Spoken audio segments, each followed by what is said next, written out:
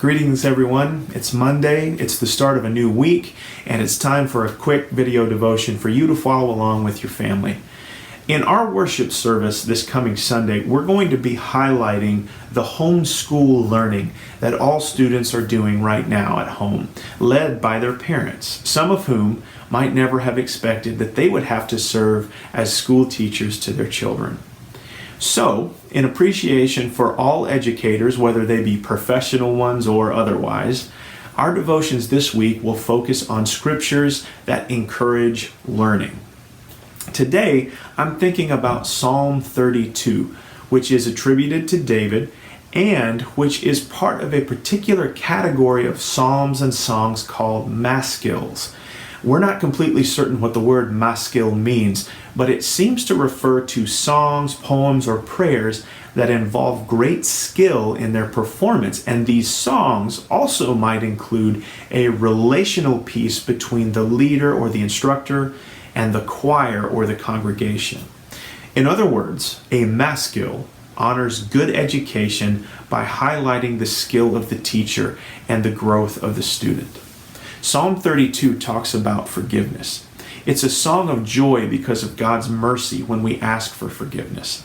But it's also a joyful song because the author, maybe David, has learned from his mistakes. I want to read a couple of verses from the psalm for you, and I want you to see if you can relate to them. Listen to verses 3 and 4. While I kept silence, my body was wasted away through my groaning all day long. For day and night your hand was heavy upon me.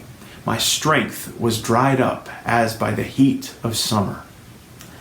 Does that sound familiar to you? As we've been stuck at home and forced to do remote learning taught by our parents, have you let out a groan here or there? Have you experienced a lack of motivation as if this heavy weight was sitting on top of you? I'm willing to bet that you have, and I'm willing to bet most of us have felt that more than a few times. But then, listen to verses 8 and 9. I will instruct you and teach you the way that you should go. I will counsel you with my eye upon you. Do not be like a horse or mule without understanding, whose temper must be curbed with bit and bridle, else it will not stay near you. These verses are from the perspective of the teacher and maybe from the perspective of God. If you listen, you'll learn and you'll be better prepared for life. Don't be stubborn, or this is going to be a lot harder. But the most important detail that I want you to remember is that the teacher doesn't give up on the student. Psalm 32 invites us to give thanks to God because God forgives our mistakes and allows us to grow into more fully formed human beings through that forgiveness. And I think for the same reasons, we should show appreciation to everyone who helps us on that journey of learning and growth. Our parents, our teachers, our coaches, our church leaders, and others. We make mistakes, they help us learn from them, and then we grow.